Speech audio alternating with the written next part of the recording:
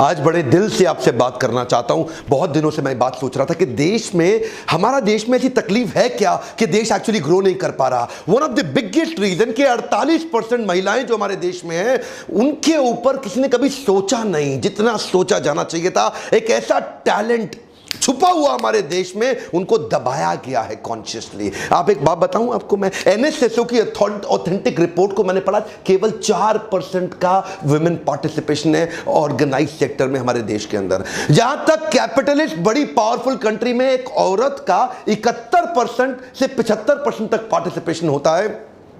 आज नौकरी नहीं देना चाहता कोई औरतों को। क्यों नहीं देना चाहता? अरे ये गर्भवती हो जाएगी, अरे इसकी शादी हो जाएगी, अरे इसके बच्चे हो जाएंगे, काम नहीं कर पाएगी। उनको नीचे डाउन प्ले करके देखा जा रहा है। उनको काम क्या सिखाते हैं? तू बिस्तरा लगा, खाना बना, जूते पॉलिश कर घर में बैठ के। एवरेज एजुकेशन एक औरत को हमारे देश में आज 1.25 साल तक दी जाती है। 1.25 साल, समझ रहे हैं मेरी बात को?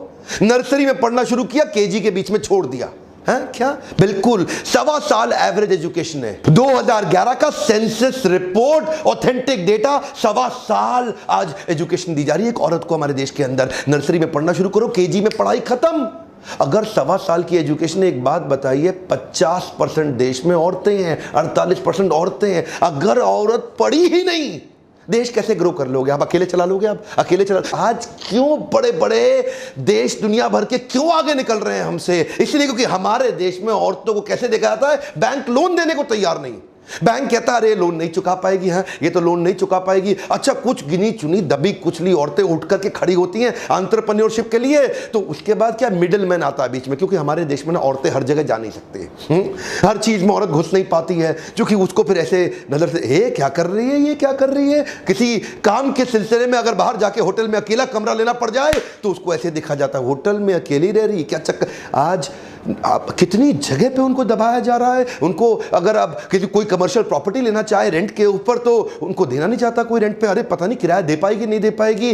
सपोर्ट के मामले में आज औरत को नीच रूप में देखा जा रहा है। अरे नीच देखने वालों, आप अपने देश, अपने घर को नीच कर रहे हो उस समय। क्यों? क्योंकि ना तो देश आगे बढ़ रहा है, ना आपका परिवार आगे बढ़ रहा है। मानसिकता की दिक्कत है। वर्ल्ड बैंक की 2017 की रिपोर्ट के हिसाब से भारत इकोसिस्टम एग्जिस्ट ही नहीं करता औरतों को पनपने के लिए। यहां पे तो औरतों को दबाया जा। मैटरनल मोर्टेलिटी रेट पृथ्वी पे सबसे ज्यादा है भारत के अंदर। आप जानते हैं 131 देशों में भारत की रैंक 120वीं है वुमेन वर्कफोर्स में। औरत को सोचा जाता है ये काम करने लायक ही नहीं है, जबकि इसी देश ने नैना लाल की दुआई दी थी। I am Chairman India and Director HSBC Asia Pacific.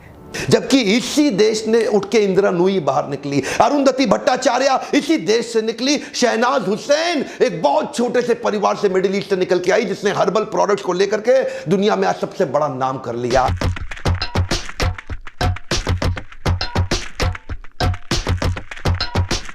इसी देश की लड़की है कल्पना सरोज।